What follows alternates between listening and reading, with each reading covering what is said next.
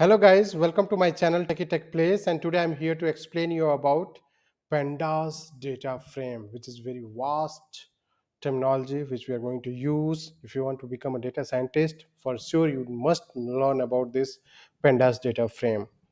So, how are you going to do the data manipulation on lakhs of records, millions of records? So, you must know the pandas libraries. So I'm here to explain you, simplify the process, simplify the manipulation of the data frame here. So let's switch to my screen. As you see my screen here, how it looks like, it's just a prototype project for me I have built here so that I can explain the concept for you in very easy way. You can see here, this is the tutorial topics which I have built here. Today I'm here to explain you about the pandas. So how it works, actually I'll just refresh my screen.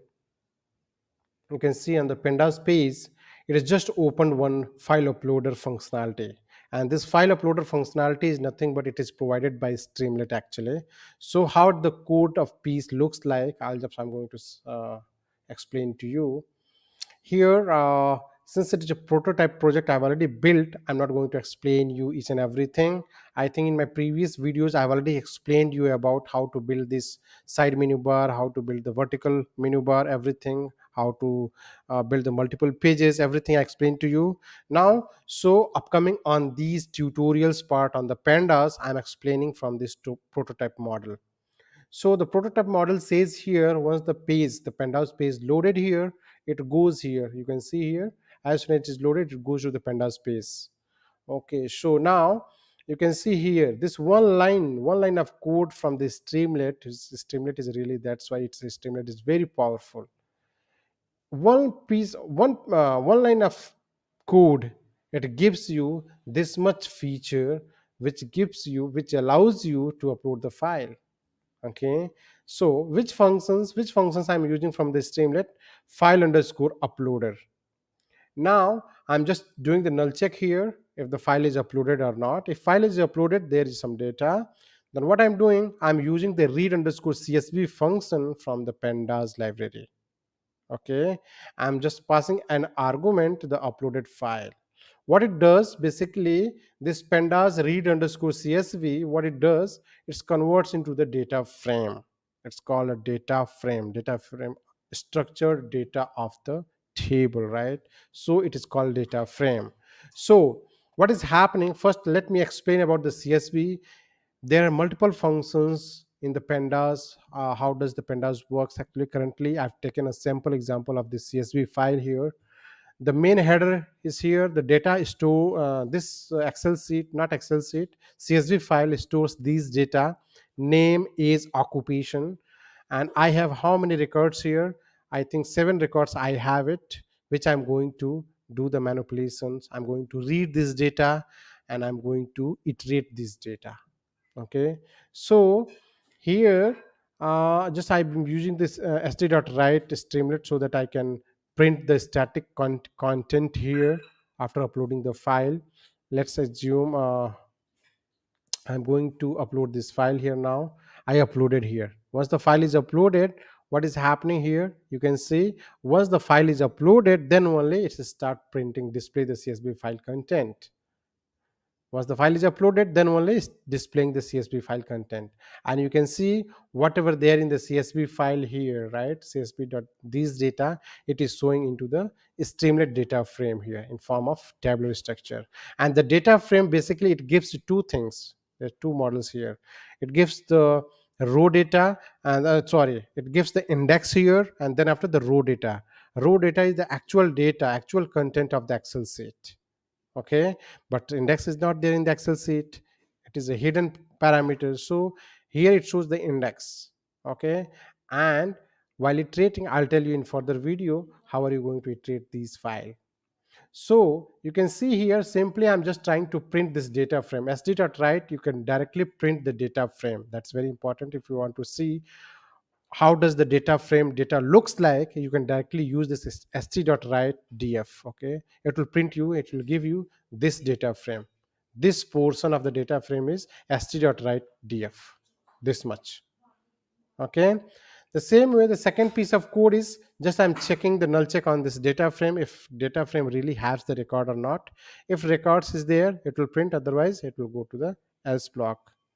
No, if there's no data, it will not show anything. It will show the data frame is empty. If there is a data, it will go in this one. And then after, what is happening, I'm just trying to pull.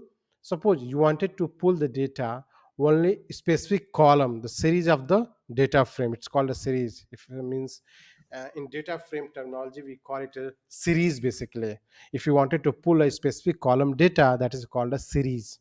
So here, what is happening, I'm just pulling the name series here from the data frame. Similar way, you wanted to pull the age series, you can pull it here. Just put here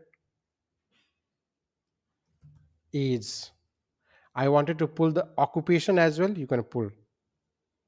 Let's see the output first for this one. Here currently it is not showing, the name series is showing only, the age series is not showing. So I'm going to refresh this page. Okay, and then I have to click on the pandas, just upload the csv file. You can see here the a series is also printed. So it's very simple, it's very simple. You can print this one. Suppose you wanted to pull, what do you want to pull, you wanted to pull the occupation, right? Pull the exact column name from the csv file. Here you can see occupation. So what is happening, just refresh this page once again, and then after upload once again the csv file, you can see here it printed the occupation series as well. Now our term is like our next topic is how are we going to pull the data, how are you going to iterate the data, how are you going to read the data, right, from the data frame. So the technical term we call it, we need to do the iteration, right? Without iteration we cannot pull the data. So the simple, in all the languages we use the for loop is very important thing which we can use to iterate the data.